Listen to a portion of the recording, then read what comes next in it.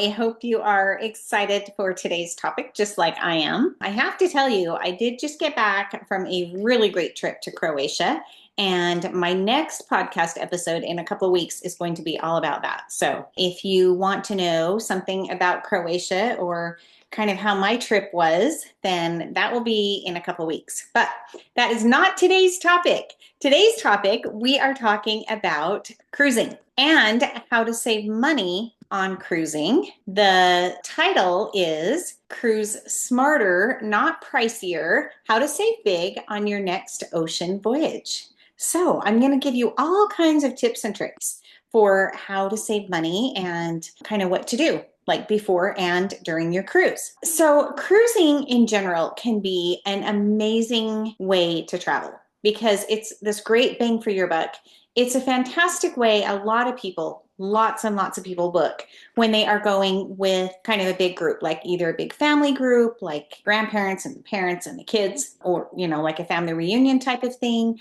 Or if you're booking with a group of friends, it's so nice because everybody can have like their individual experience, but you're kind of having a shared experience all at the same time. So cruises are amazing and they really are a good, amazing bang for your buck. Obviously, because you have your lodging, your meals, and your onboard activities are all included in one price. And so it's just a fantastic way to go. I love cruising because it's just this amazing vacation anyway. But of course, there are different price points for cruises, and a lot of times people are looking to save money as they are booking cruises. So today I'm going to talk about various ways that you can save money. All of these may or may not work for you. Like you might have things that as I talk about these, you're like, oh no, that is not for me. But you might have other ways that really do work for you and that help give you some savings. So we're going to talk about saving money on booking cruises, on onboard spending,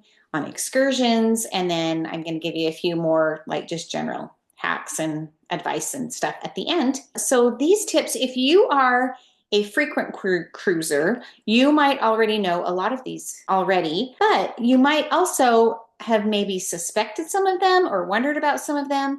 And I'm just going to kind of validate and verify what you already kind of knew. Or on the other hand, you might not know that much about cruising or maybe you've only been on one, or maybe you haven't ever been on one. And these might be some really great tips for kind of helping you jump in and get started. Either way, I think you will learn something. And these are some good tips for how to save money. All right. Let's start talking about booking a cruise. First of all, I will always say book early. That is my thing. I really think, and in my years of doing this, you really can overall save more money by booking early than you can by waiting until the last minute. And this is why. You have the best cabin selection if you book early. Also, you really have some good pricing if you book like even up to like 2 years in advance. A year and a half to 2 years in advance is perfect. I love booking that early and having people book that early because then you know that like you're getting this great rate already. Plus, there is always an option for me to rebook it at the better price if a better sale price comes along between when you pay your deposit and when the final payment is due. So you're not missing out on anything by booking early. Some people think, oh, I don't want to lose that great booking window or that amazing sale that's going to come 3 months before the cruise or 6 months before the cruise. You won't. You absolutely won't. I'll talk more about that as we, get into this a little more. Last minute deals do exist sometimes, but they are pretty few and far between, especially right now. Cruising has really come back with a bang. Like it is crazy how, I very often have cruises. People will ask me at the last minute, oh, is there a different cabin that I can book into? Or is there, availability here or there? And the whole entire ship is sold out. Like, isn't that amazing to think that these days there are many ships that are completely sold out as we get closer. So the cruise lines just are not going to offer better prices if they have the ship mostly full or all the way full. That's not going to be a thing. So I will always say book early because that helps give you the most options. Basically, you get to lock in the early price, and then if something better comes along, I can always get that for you. All right. Another tip for booking is to travel during off-peak times. These are called shoulder season or low season. Basically, that is spring and fall for obvious reasons, because in the winter, a lot of times people want to book those Caribbean or want to go on those Caribbean or warm weather cruises because they want to get out of the cold and the snow. So that's not always the cheapest time to go. Spring and fall, between school break times, are really the shoulder season, kind of the cheaper weeks to go. Some people may be not as excited about going in the fall because you've heard that that is hurricane season. Well, being on a cruise ship is one of the safest vacations you can book during hurricane season because that cruise ship is not going to sail right through a hurricane. If there's an island that you were scheduled to go to, they will cruise around it and go to a different island and have a different port for you. It's really a great deal, and a lot of times the best pricing of the year to go in the fall. And of course, you never know if a hurricane is going to be in the area or not. And so it may be, I have cruised more times in the fall than any other season, and I have never had any issues with hurricanes personally. That is my personal experience. So, and I have lots of clients that do. So don't let that scare you because there are definite workarounds. All right. There are also cheaper weeks. Like, for example, rather than going over Thanksgiving or going over Christmas or over New Year's, you are not the only one that is thinking about going over Thanksgiving. You are not the only one that is thinking about going over Christmas. I always think it's so funny when somebody will contact me like the middle of November and they say, oh, we think it's a great idea. We really want to take our family on this cruise over Christmas. And there is no availability because everybody else has already booked their families over Christmas. So book early. But anyway, for cheaper weeks, back to talking about pricing, between Thanksgiving and Christmas is a good time to go. Like not over Christmas or over Thanksgiving, but that little window of time in between. Another really great window of time is between spring and summer breaks. So spring break is usually any time between like middle of March to kind of middle of April. And of course, summer break usually starts the beginning of June-ish, end of May, beginning of June, or sometime in June. And so if you can go sometime in those kind of in-between times, you will often get better pricing. Okay, another way that you can get a lower price, no matter, even if you're going on the most expensive ship out there, the most expensive time to cruise, you can go in an inside cabin. Now, an inside cabin is always going to be your most affordable type of cabin to book on a cruise ship. That just means that the inside cabin has no outside walls. And so you have no window in your cabin. If you are someone who would rather spend more money on the excursions or the other parts of the cruise, rather than where you are staying, if that's not a big issue for you, then I would recommend an inside cabin. And also, if you are somebody who gets seasick or you think you might get seasick, an inside cabin close toward the center and lower down in the ship is going to give you less motion. So those are always things to think about when you are booking. Now, if you are looking at different cruises, you might consider an older cruise ship, because an older cruise ship that has been built years ago is going to be less expensive than a newer cruise ship. So think about that. If you want all of the bells and whistles and all of the activities, the newest, latest, greatest things, then an older ship is not for you. But if you are not really into all of the things, or the people that you're sailing with don't really care about that, then you can book an older ship and still have a fun experience, because they do refurbish the ships, every few years so that they keep them, nice and updated and clean and everything. So booking a cruise, my biggest tips so far are to book early, to travel during off-peak times, and to choose either an inside cabin or an older ship. A couple of other things to think about. Cruise lines often have loyalty programs. Well, they pretty much all do.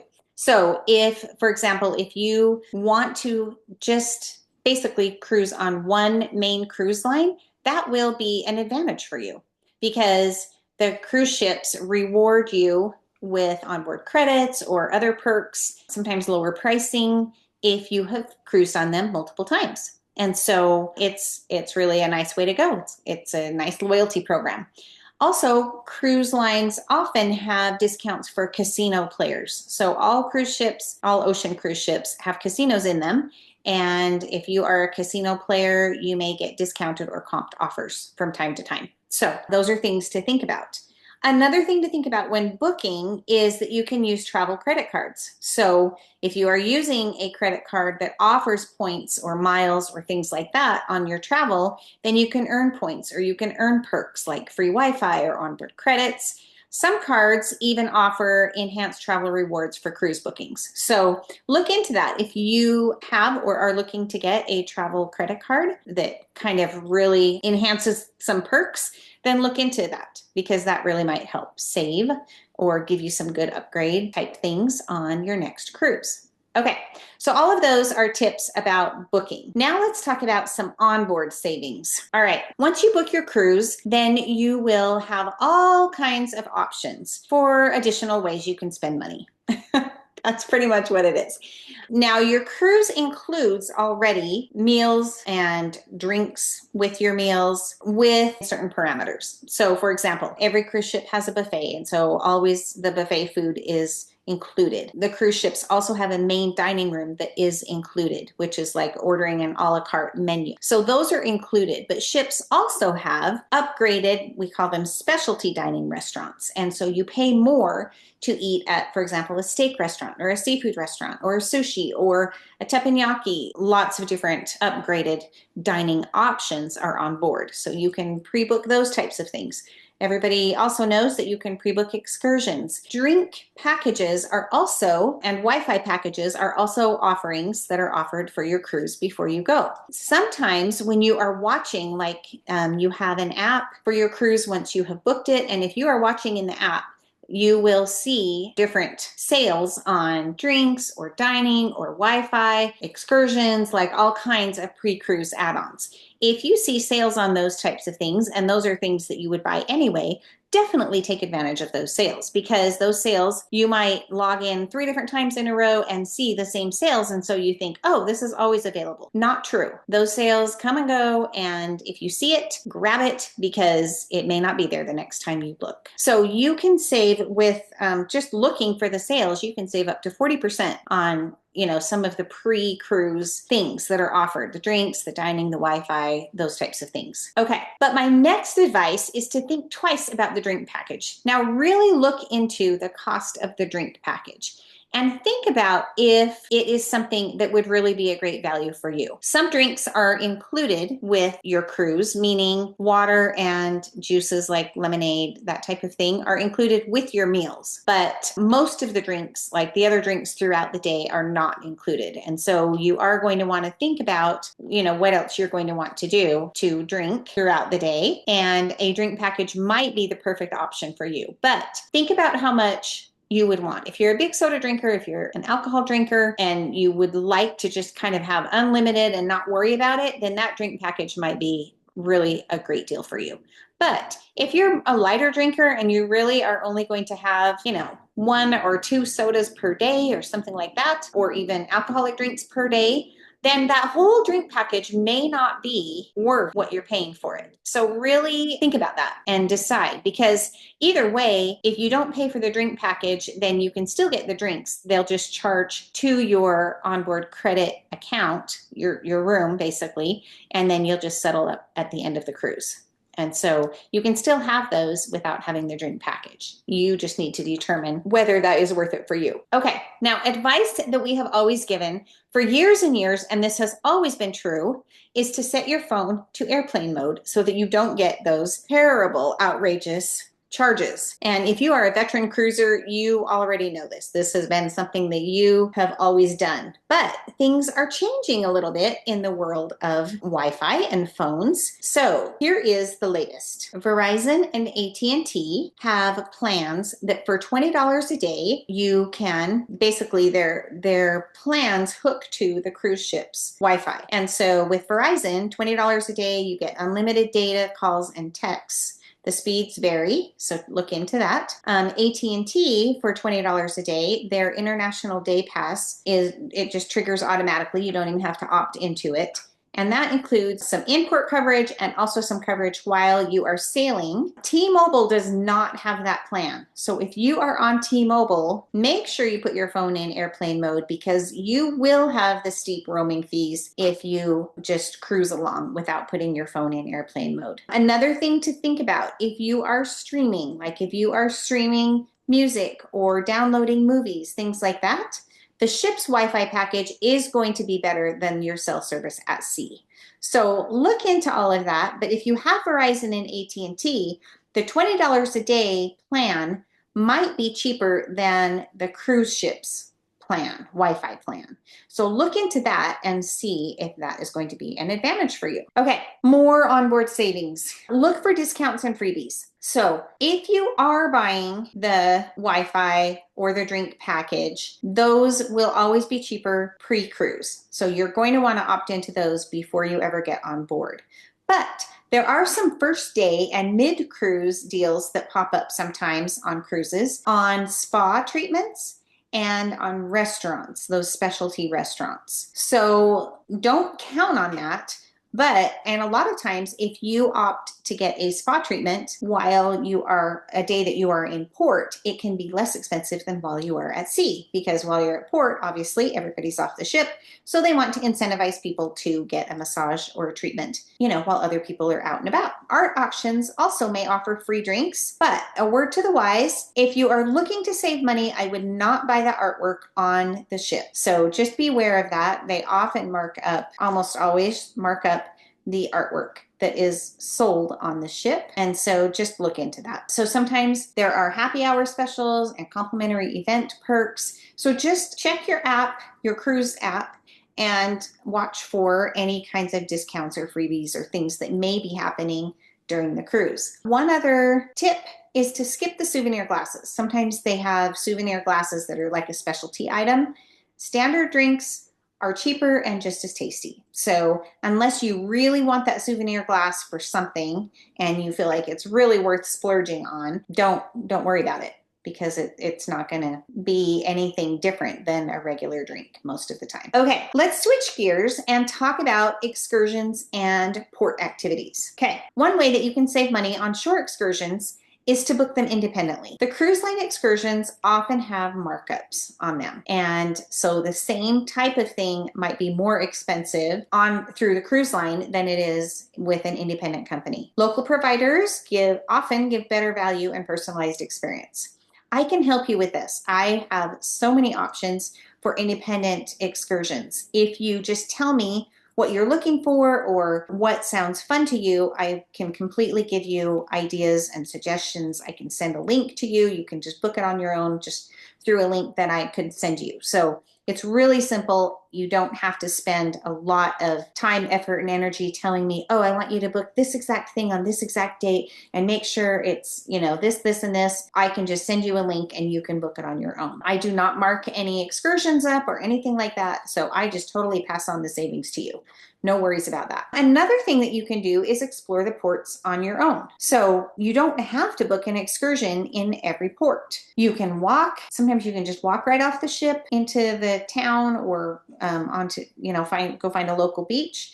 You can take public transportation most of the time, pretty much almost 100% of the time. When you disembark the cruise ship, there are taxis that are sitting right there, and taxi drivers are happy to charge you a small fee and take you into town or take you somewhere and drop you off. And often that is much less expensive than booking a whole excursion. You can just DIY your plans when you are in port if you'd like to. You don't have to book an excursion in every single port. However, if there are excursions that you are really looking forward to and you really want to do, I would pre-book those because those sell out and they get a lot less available the closer you get to the cruise. Okay, another thing you can do when looking at the excursions that are offered is you can just choose like an entrance only package. You don't have to choose the food and the drinks that go along with it. So just look through the excursions carefully and see if you think that the excursion that is offered is the best value for your money. Sometimes having the food and drinks included in the excursion add a whole bunch of value though. So, for example, you might have two excursions that are fairly similar. One has lunch included and one does not. And the one with lunch is just a couple dollars more than the one without any food. I would take the lunch option over the non-lunch option every day because then I don't have to pay a lot of extra money or bring my own snacks along. If lunch isn't provided. So, do you feel like you're more of a pro cruise booker and you can help yourself save some money? Hopefully, I have helped you kind of think through some things and get some good ideas for your next cruise. Some additional tips I'm going to add. One is to use the future cruise programs. So, almost always when you are on board cruising, you will get, there is an offer, there is an option to pre-book or pre-reserve your next cruise right there while you're on board. I would totally recommend taking advantage of that. If you like the cruise line, if you think that you are going to sail with them again, for sure do that. You don't even have to have your exact date in mind. You don't have to have the exact cruise in mind. You don't have to know exactly what you're going to do. Basically, all you do is you put down a deposit and it gives you extra savings or extra onboard credits or just variety of good deals, because the cruise line is doing that, obviously, because they want your business. They want you to come back. If you have booked through me and the cruise line on board is offering this amazing future cruise credit or something, if you book through them, that is fabulous. You can still use me to help you with your next cruise. Just tell me once you get back, we booked our quote unquote, reserved our next cruise and this is what it is. And then I can just help take it over for you. And it's just really seamless. It's really easy. Basically, what it is just you're paying a really small deposit to hold the savings for a future cruise. And that is a great deal to save money on a future, option. Okay. Another way that you can save money is, this is pretty obvious, but you can drive to a port. You don't have to fly across the country to go on a cruise. If there is a place that is closer to your home, then opt to drive there rather than always, thinking of having to book a flight. The price drops. I talked about this earlier. Remember, if you book the cruise early, I can snag a lower price if it pops up before your final payment is due. So that is always an option. It is always a great thing to know. It's just very comforting to know that if the cruise line is running like this amazing deal, you won't miss it. You won't, have to just watch for it and take advantage of it when it comes along, hopefully, but you will have already booked it. And so you'll be locked into the price when you book it. And then I can get you that better savings as it does come along. Okay, just another pro tip, arrive early for your embarkation. Don't just assume you can board just before departure. If you see the schedule for the cruise ship, the cruise might be leaving at 4 p.m. And so you think, oh, I can arrive by 2 and that will give me plenty of time to get to the port. That is wrong. The cruise ship doors often close and lock 2 hours before sailing, and you will not be allowed on board if you arrive too late. So please make sure that you get there in plenty of time. Part of the embarkation process, part of the checking in before your cruise is choosing a boarding time. And so that will be maybe 3 or 4 hours before your ship actually sails away. I would recommend choosing an early boarding time, planning to be there early. You can get on board the ship and enjoy all the amenities for a few hours before you even sail away. And everything is great. So that's just a pro tip. All right. So wrapping up, let's wrap this up. These are my top tips. The very top one that I would say is use a travel professional. Me. Use me or someone like me to book your cruise. It doesn't matter if you are a completely often cruiser. If you cruise all the time, you probably are thinking, why would I use somebody like you? Why would I need to use you when I already know what I like? I already know what I want. All I have to do is book it on my own. Well, that is true. I can get those same savings for you from your past cruise perks, your future cruise credits, plus I have an additional level of exclusive savings that I can tap into for you that are often only available through my agency and through my connections with the cruise lines. So why not? Why not contact me and say, this is the exact cruise I want to go on. This is the exact room I want to book, and can you just book it for me and see if there's any additional savings? And often I can get the exact same thing with a better price even than you were able to see on your own. So it's a win-win. Not why wouldn't you want to get even more savings? I will help guide you every step of the way. I will give you honest advice. I will give you smart tips, and not try and, I will not mark anything up. I will not price gouge you. I will give you all of the best advice that I possibly can. I am here to help you cruise smarter, not pricier. Why wouldn't you want to use a travel professional to help you with your next cruise or your next travel plans? So I hope that these tips have been helpful for you and that you have learned a little bit or solidified your learning if you thought you knew something and just wanted to make sure that that was really true. So hopefully this has been helpful, and let me know if you'd like help with anything. Otherwise, have a great couple of weeks and we'll talk to you later. If you've enjoyed this podcast, I would invite you to like, share, or leave a review. Let's help grow our wellness travel community.